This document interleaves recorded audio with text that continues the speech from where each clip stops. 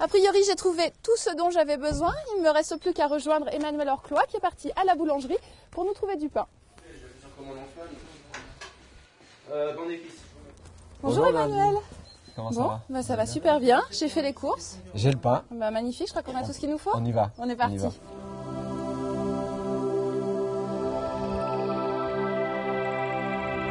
Nous sommes arrivés dans notre studio, toujours ici à Cordon, le balcon du Mont Blanc, en compagnie d'Emmanuel Orclois. Je rappelle que vous êtes chef de cuisine et notamment propriétaire de la ferme d'Emilienne, un petit peu plus bas sur la commune de Sallanches. Exactement. Alors on vous a lancé un petit défi aujourd'hui, celui de réussir à préparer un repas pour 4 personnes dans la cuisine d'un studio, donc c'est dire si c'est un petit peu exigu, et puis avec les équipements du bord. Quel menu vous avez imaginé pour nous? Donc une creusiflette. Donc creusiflette, on utilise les creusets à la place des pommes de terre. Même principe que la tartiflette. Ensuite, pormonaise, saucisse au chou fumé, de Haute-Savoie.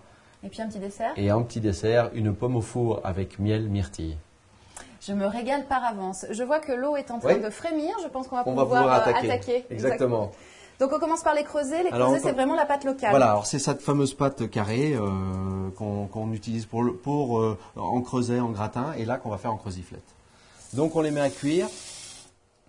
Donc entre 20 et 25 minutes, on va dire. Je vois qu'il y a des gousses d'ail. Des gousses d'ail, oui. Il en faudrait 2, ça serait parfait. Je les épluche? Non, on les coupe juste en 2. D'accord. Juste coupés en 2. Les couteaux. Oui.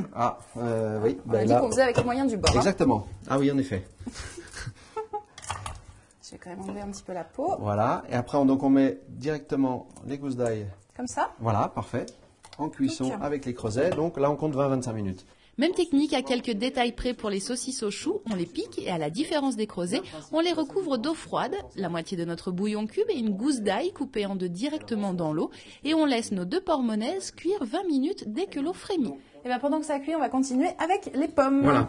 Je vais donner un petit coup de main, je vais commencer à les éplucher. Il faudra les éplucher. Allez, on est parti. Alors, pendant ce temps-là, moi je vais préparer le plat. Et coupe. Ça n'a pas l'air. C'est pas génial, mais bon, on va y arriver. Heureusement qu'on n'a pas un banquet à faire pour 100 personnes, parce que sinon on est mal barré. Pour la cuisson des pommes au four, au fond d'un plat, on dépose 2 noisettes de beurre, la cassonade, la poudre de cannelle et une bonne cuillère de miel. L'astuce du chef, recouvrir le fond du plat des épluchures des pommes sur lesquelles on viendra disposer nos fruits garnis. Normalement, on a un vide-pomme, mais on va composer avec ça. J'en ai pas trouvé dans les tiroirs. Il faut bien enlever tout ça, ça c'est important. Et ensuite, on creuse en restant le plus droit possible pour enlever l'intérieur. On va voir si ça marche. Oui, pas mal. Et on laisse bien la petite queue. Il ne nous reste plus qu'à garnir l'intérieur de nos pommes généreusement avec la confiture de myrtille. Une cuillère de miel pour parfaire la préparation, un peu d'eau, environ 1 cm au fond du plat, et le tout au four pendant 30 minutes à thermostat 6-7. Les creusets sont cuits, on va pouvoir continuer notre préparation de la creusiflette avec de l'oignon et du lard paysan, c'est ça? Du lard paysan, exactement. C'est quoi la différence? C'est un lard qui est fumé, donc qui est fumé dans les cheminées ici. Donc c'est un lard qui a beaucoup plus de goût. Donc vous avez vraiment le goût fumé qui est très puissant. On coupe le lard en fines lamelles et on le fait revenir avec les oignons émincés à feu vif jusqu'à ce que ces derniers soient bien transparents.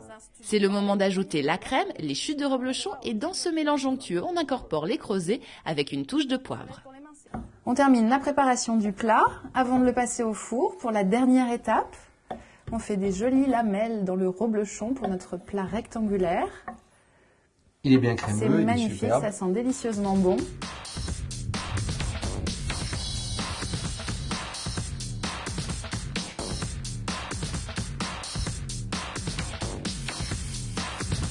On a décidé de s'installer dehors pour profiter de ce repas. On aurait tort de s'en priver avec la vue que nous avons ici sur ce balcon du Mont Blanc. Alors Emmanuel, je crois qu'on peut dire que le défi est gagné. Je le souhaite, en tout cas. On va goûter ça dans un instant. On va se faire plaisir, exactement. Je voudrais signaler également, pour ceux qui auraient besoin d'un cours de rattrapage, qu'Emmanuel Orclois vous propose des ateliers de cuisine dans son établissement La Ferme d'Emilienne, un petit peu plus bas sur la commune de Sallanches. Vous avez l'adresse internet qui s'affiche sur l'écran. Moi, je vous rappelle également le www.montblanc.tv pour retrouver nos recettes du jour et toutes les informations du pays du Mont Blanc.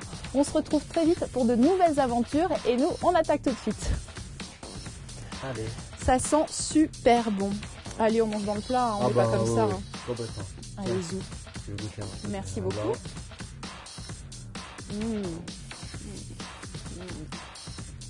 Alors Je crois qu'on a la belle vie, Ouais, c'est délicieux. c'est bon. C'est délicieux.